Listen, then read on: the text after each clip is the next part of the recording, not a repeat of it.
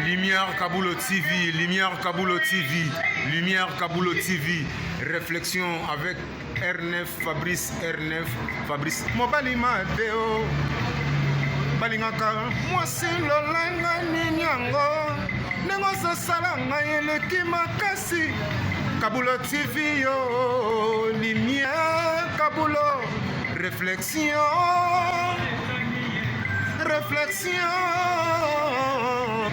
Double CD Fantomas Engayo. Il est là, il a toujours. Barbito s'abonne, chaîne les amoko. Ça c'est dit, Maboko, t'as un an à s'abonner. Bon, mon yango, YouTube, aux Zavana, Moko Gaga, réflexion, trop bandé là, réflexion, réflexion, lumière Kamboul, Yangwana, Balai qui est ça la biso bien, tous en ciment pour et ça la G, Bongo, toujours. Réflexion, Lumière Kambolo TV. Chaîne les amoko, vous s'abonner, vous avez décidé Lumière Kambolo TV. Bonjour, Nabiso Banso. Les alingan de Konabino, Nabengami na Kombo ya Kambulu. Na salaka na émission na chaîne télé Oye Bengami Réflexion. Chaque samedi na 19h30, vous pouvez biso kuna na. Bonsoir. Groupe Nangai ya Inflexion. Toki mutuna na biso yokoti lelo na lingi na répondre mamuke. Ngai ndeko na bino Esther Beton Fatimu Kwantombolo. Bon. Selon la question ndeko na nga mwasi atuni biso. Ngai nazo répondre kaka bref. Sur base à l'écamo. Na lingi na loba boye. Na ndeko na nga mwasi. Yo zana mobile. Fiancé na yo. Aye biso kete. E na zokende na veye na ex na ngai. Po abimiseli nga message. Ex wana. Abimiseli message. Bakende na veye. Bakesa la veye bango moko mibale. En plus. L'église te. Esika mususu te bazoke na kacha ya ndako ya ex na ye.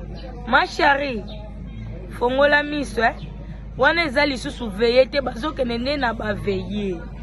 Micha nesika na yo. Soki yo nde ex na yo. Abimiseleki yo message wana yo yebiseke te papa. Babimiseli nga message ngai pe na komi kokene epa ex nanga na ndako ex nanga na kelala na ye na veye. Est-ce que mobile no wana kondima ondima te. Alors tango bazokende kuna epa ex na ye bakena bango na veye te. Alors liche te lilie te fongola miso.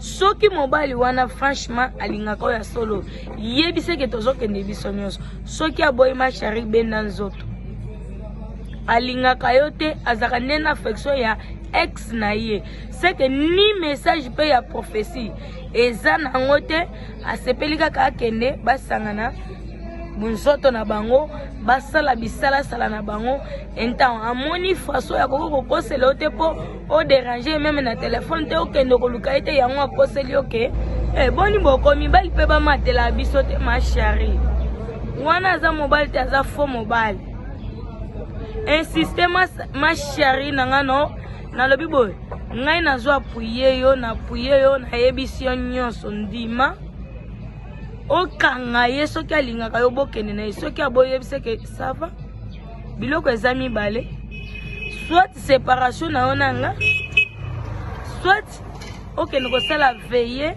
na baveye na yo epa ex na yo. Alors soki alingi yo acomprendre yo ma chérie nalinga bino makasi bato ya Réflexion Kambulu.